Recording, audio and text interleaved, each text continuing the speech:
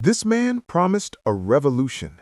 He outmaneuvered Elon Musk, cut a deal with General Motors, and made Wall Street weep with joy. His company was worth tens of billions of dollars. And you know what all of that had in common? None of it was real. Right now, you're looking at one of the most audacious, brazen, and expensive deceptions in history. A story where trucks rolled down a hill, where multi-billion-dollar contracts were printed on paper, and investors bought a vision, a beautiful picture, and the charisma of a guy from Utah who just really wanted to be a legend. Even now, it sent a shiver down my spine watching this footage. Because I remember the hype. I saw everyone believe, and I almost bought into the fairy tale myself. This is the story of how one man fooled the world. So get comfortable. This isn't just the story about a failed startup. This is the story of Trevor Milton. But to understand how he did it, you need to understand who he was. And his path to glory didn't start with hydrogen. It started with something much more ordinary: natural gas and the first major lawsuit of his life. A kid from Layton, Utah. No special privileges, no connections in Silicon Valley, but with one superpower, a gift of persuasion and an incredible, almost dangerous belief in himself. He never finished college, but that never stopped him. Who needs a diploma when you can sell a dream? And his first big idea, in 2009, was a company called D-Hybrid. It sounds complex, but the idea was simple. Convert diesel trucks to run on compressed natural gas. Savings, eco-friendly, everything we love. And you know what? He actually sold it. In 2014, a major company, Worthington Industries, buys D-Hybrid. It looks like his first success. The story of a genius, right? Not quite. Because just months after the deal, the buyers are furious. It turns out, Trevor, preparing the company for sale, had engaged in outright deception. He showed investors a contract with a major client that had already been terminated, and he falsified data about his equipment's performance. Worthington files a lawsuit. This isn't a minor squabble. It's a loud public suit with accusations of actual fraud. The case was eventually settled out of court. But for me, the key here isn't the outcome. It's the prequel. This was his trial balloon, his first failure that taught him all the wrong lessons. He learned he could get away with it. And instead of laying low, he makes a move that, from his point of view, was genius. He wouldn't sell boring systems for old trucks anymore. He would sell a dream, one so grand, so shiny, that no one would ever think to dig into his past. Just months after this scandal, Nikola Motor Company is born, and he already knew exactly how to get ahead of the story. And here it is, the moment of truth. December 2014, Trevor doesn't just found a new company, he takes on Elon Musk himself. He names it Nikola, after the genius Nikola Tesla. This isn't just a name, it's his first move in a chess game. He instantly places himself among the greatest innovators, creating an illusion of grandeur out of thin air. But words weren't enough. He needed a wow effect. And in 2016, the world got one. Remember this date. Remember this scene. Loud music, smoke, lights. The futuristic Nikola One truck rolls onto the stage. The crowd goes wild. Milton announces $7 billion in pre-orders. It seemed like the new king of electric trucks had arrived. Now let me show you how the magic was made. You've seen that famous video of the Nikola One driving down a road, right? Looks powerful, doesn't it? It's crucial to insert a clip of the infamous video, then slow it down and show a graphic schematic of the hill. Here's the thing. The truck wasn't driving. It was rolled down a big hill. Yeah, You heard that right. The road was on a decline. The working prototype didn't even have a working motor. The entire drive was editing and gravity. He literally rolled his flagship product down a hill and called it a tech breakthrough. The sheer audacity of it still gets me. It's brilliant and monstrous at the same time. He wasn't just lying in interviews, he was creating an expensive, flawless-looking show. He wasn't selling a car, he was selling confidence, and everyone bought it. But this was just the first act, because next, he needed to take this show on the road. And for that, he found his ultimate weapon. And that weapon was in all of our pockets. Twitter. For most, a social network. For Trevor, it was a free, powerful, cult-building tool. While legacy automakers put out boring press releases, Milton was doing live streams from the factory floor where all the action was happening. He didn't announce, he shouted every breakthrough to the world. Every tweet was an event. We invented technology that will change everything. Our batteries are twice as efficient. Hydrogen will be dirt cheap. He made you feel like you weren't just a follower, you were witnessing history. He was the everyman tearing down the system. And people believed, blindly and fanatically. His Twitter army grew at an insane rate. Anyone who asked an inconvenient question was immediately met with a furious reply and attacked by his mob of fans. He didn't build a community, he built a cult. I remember reading his tweets myself, thinking, my God, this is the future. He's doing it right. The circus reached its peak with the Nikola Badger, the pickup truck meant to destroy both the Tesla Cybertruck and the Ford F-150. And you know how he unveiled it? Not with blueprints, not with tech specs. He simply asked his Twitter audience what it should look like. Color, design, the fans decided everything. It was a genius marketing move. You're not selling a truck. You're selling a sense of ownership. You're selling a dream they designed themselves. It was the absolute triumph of illusion over reality. But likes and retweets weren't enough. To become truly rich and untouchable, he needed more than retail investors. He needed Wall Street. He needed billions. And he found a way to walk into the banks of New York through the back door. His ticket in was a little-known company with a strange name, Vecto IQ. And that path was perfect for someone like Milton. While some companies spend years preparing for an IPO, enduring hundreds of checks, and revealing tons of documents, there's another way, a SPAC. It's a form of financial magic, a shell company on the stock exchange, created specifically to merge with a private company. Fast, trendy, and with far fewer inconvenient questions. The perfect loophole for a story that didn't want to be checked.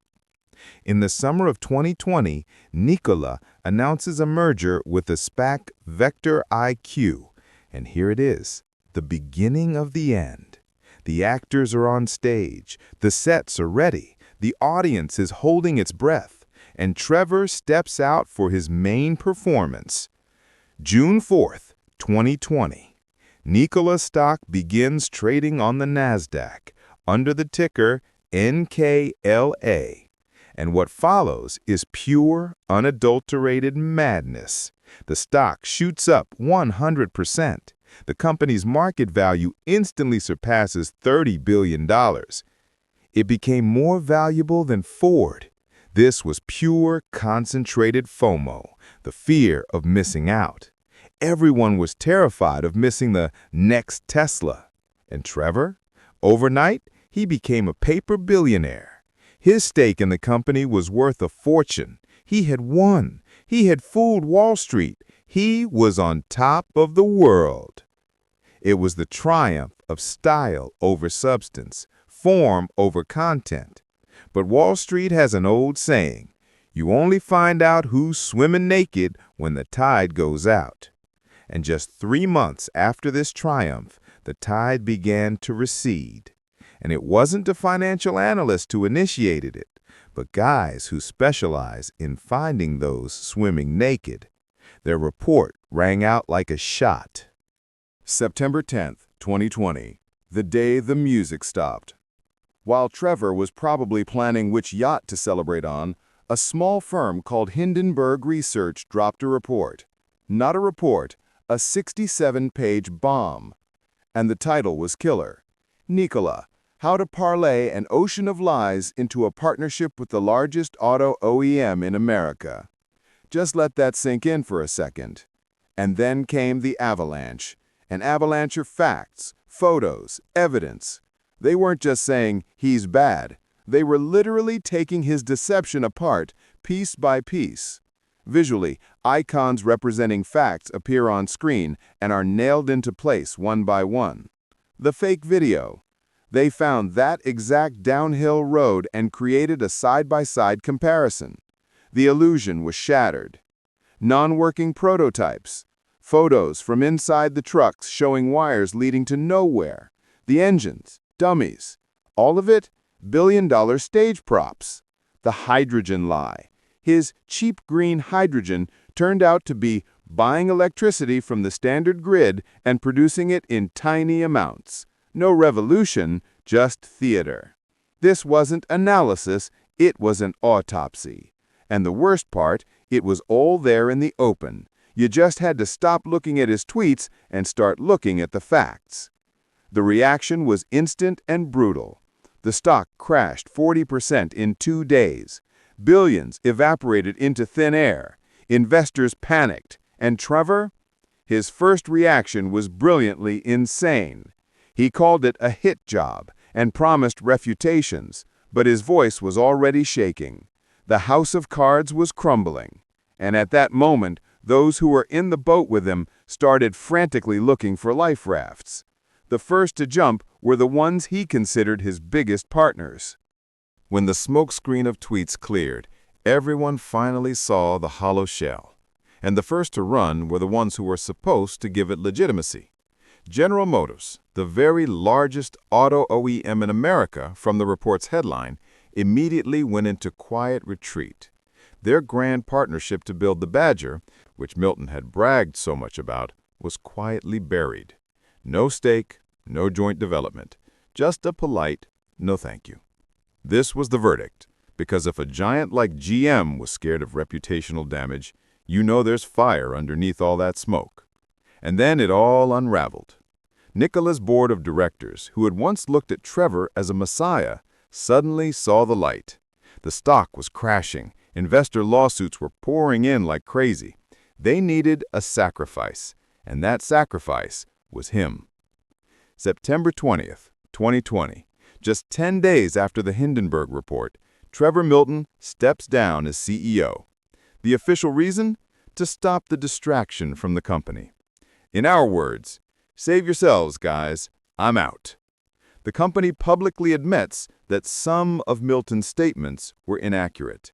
That's one of the gentlest ways to say, we were led by the nose for years.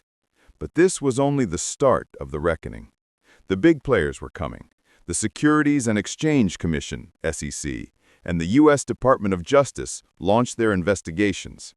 And in November 2021, the company Nikola, to distance itself from its founder, agrees to pay a $125 million fine. They essentially admitted they had misled investors.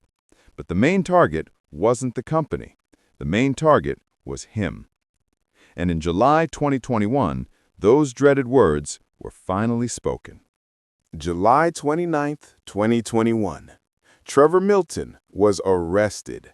Not social media posts, not angry denials. A real arrest by federal authorities. He was formally charged with securities fraud and conspiracy to commit fraud. Essentially, the government accused him of stealing money from people for years by selling them a fantasy.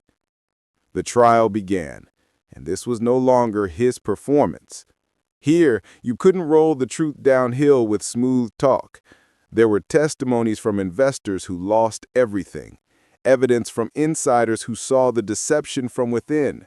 Lawyers presenting not tweets, but financial reports and internal emails.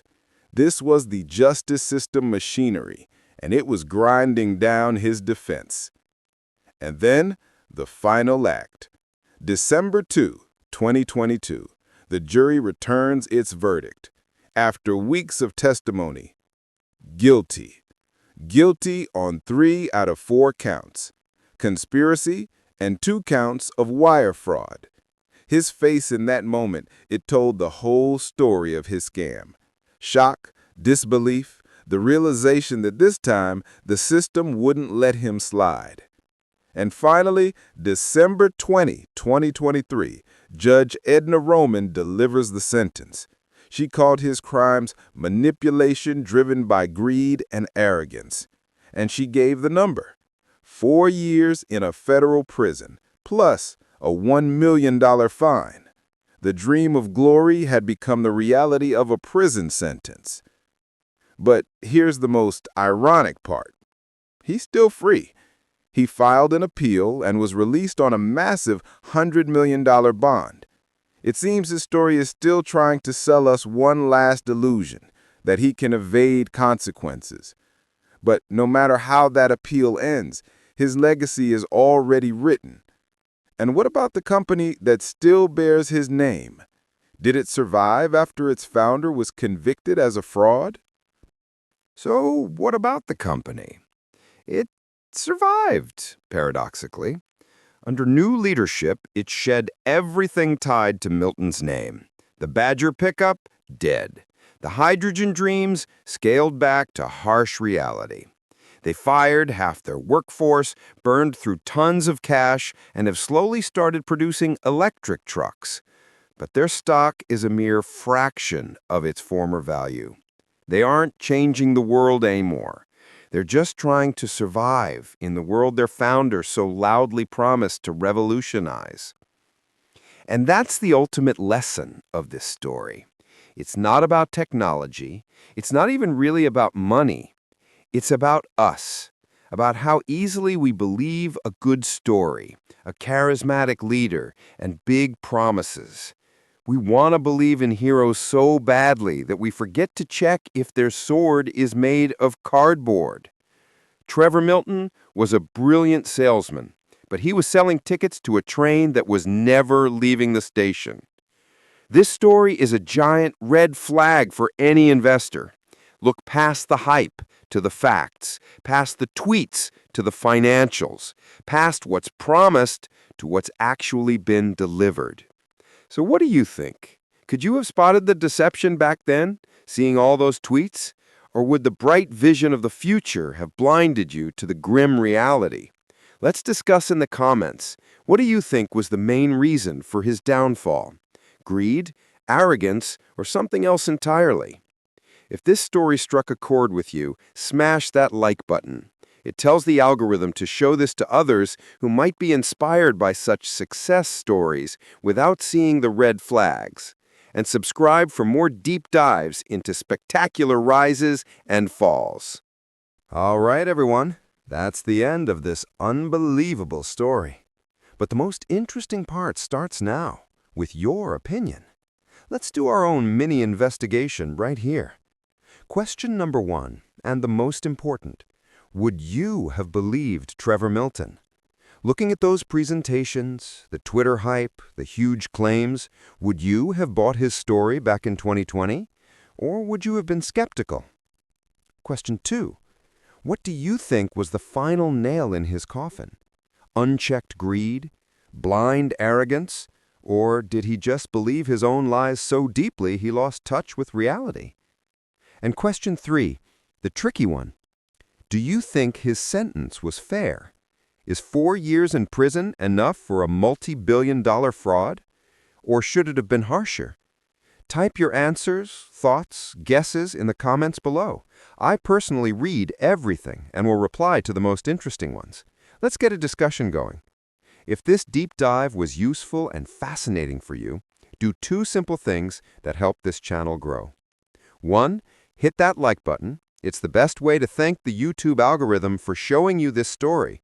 And 2, subscribe to the channel, because very soon we're dropping an investigation into another massive scam that shook the world. Don't miss it. This has been System Breaks. See you next time.